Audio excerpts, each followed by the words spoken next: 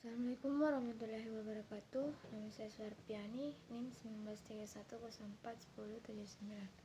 Kelas PJKRC Angkatan 2019. Saya akan menjelaskan tentang taksonomi.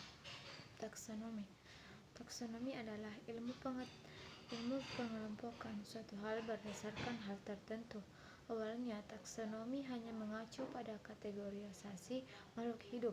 Namun, dalam pengertian yang lebih luas, lebih umum, taksonomi juga bisa merujuk pada kategorisasi benda atau konsep, serta prinsip-prinsip yang mendasari kategorisasi tersebut. Banyak taksonomi memiliki struktur hierarki, tetapi ini bukan merupakan persyaratan. Taksonomi menggunakan unit yang dikenal sebagai takson atau bentuk jamak atau taksa. Dikenal takson yang lebih tinggi bersifat lebih umum, sedangkan takson yang lebih rendah bersifat lebih spesifik. Taksonomi berbeda dengan meronomi yang berhubungan dengan kategorisasi bagian-bagian dari keseluruhan. Taksonomi dalam biologi. Dalam biologi, taksonomi juga merupakan cabang ilmu tersendiri yang mempelajari penggolongan atau sistematik makhluk hidup. Sistematik yang digunakan merupakan penamaan dengan dua sebutan yang dikenal sebagai kelola nama bionomial atau binomial yang diusulkan oleh Carl von Linné. Ia memperkenalkan 6 hierarki atau tingkatan yang mengelompokkan makhluk hidup. Keenam hierarki yang dikatakan takson itu bertali-tali dari tingkat tertinggi hingga terendah. Dalam tata nama binomial, penamaan suatu jenis cukup hanya menyebutkan nama marga atau selalu diawali dengan huruf besar, dan nama jenis selalu diawali dengan huruf kecil yang dicetak tegak bila naskah utama dicetak miring atau ditulis dengan garis bawah. Aturan ini seharusnya tidak akan membingungkan karena nama marga tidak boleh sama untuk tingkatan takson lain yang lebih tinggi. Perkembangan ilmu lebih lanjut memaksa dibuatnya takson baru selang keenam. Takson yang sudah berada memakai awalan super dan sub. Dibuat pula satu takson di atas, yaitu secara harafiah. Faedahnya kogni atau kerajaan untuk membedakan prokaryote terdiri dari. Selanjutnya, taksonomi dalam pedologi. Dalam cabang ilmu tanah, pedologi, taksonomi tanah dibuat sesuai sejumlah variabel yang dicirikan kondisi suatu jenis tanah. Karena klasifikasi awal tidak sistematis. Pada tahun 1975,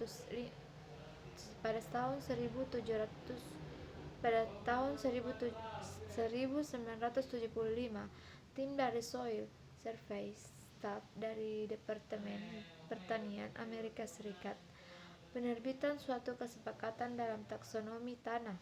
Sejak masa itu, setiap jenis tanah paling sedikit memiliki 2 nama. Meskipun nama baru sudah diberikan, nama lama seringkali sedang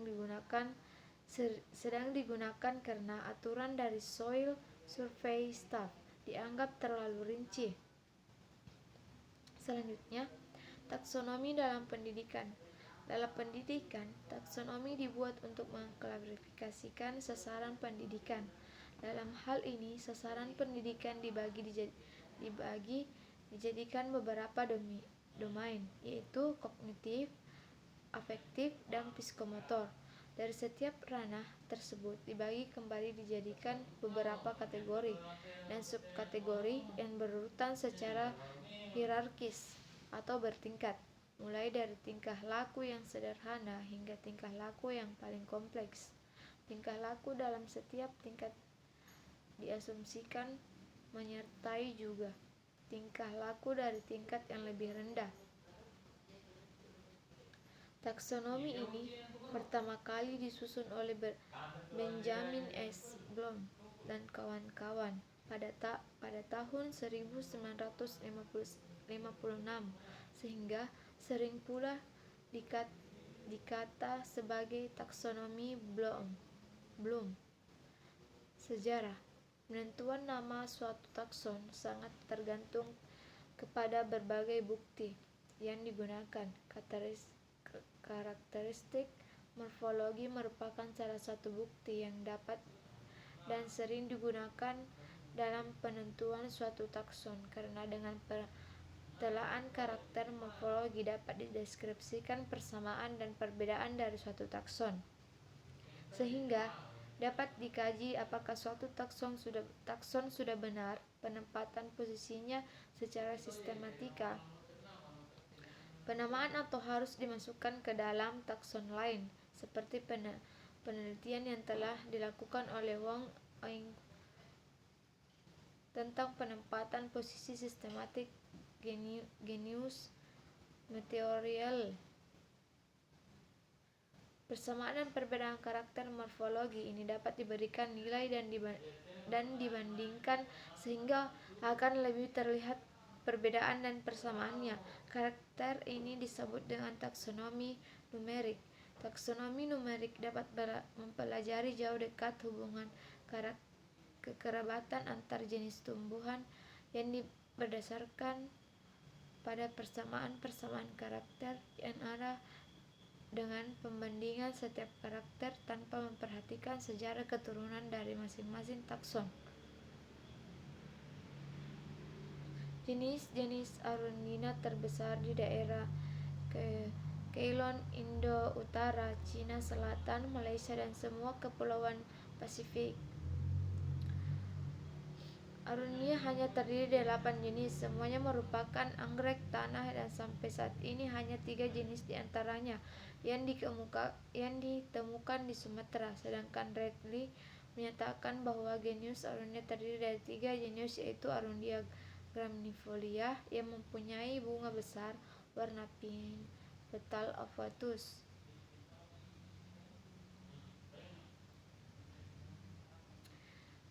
Disilangkan bunga putih tidak bisa disilangkan dengan bunga pink dan ungu, dengan arti kata ini tidak dihasilkan biji dari hasil polinasi silang antara varian tersebut.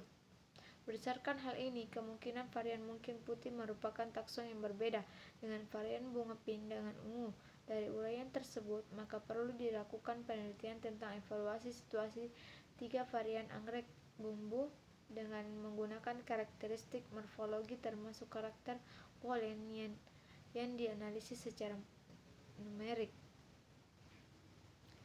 Sekian dari saya. Assalamualaikum warahmatullahi wabarakatuh.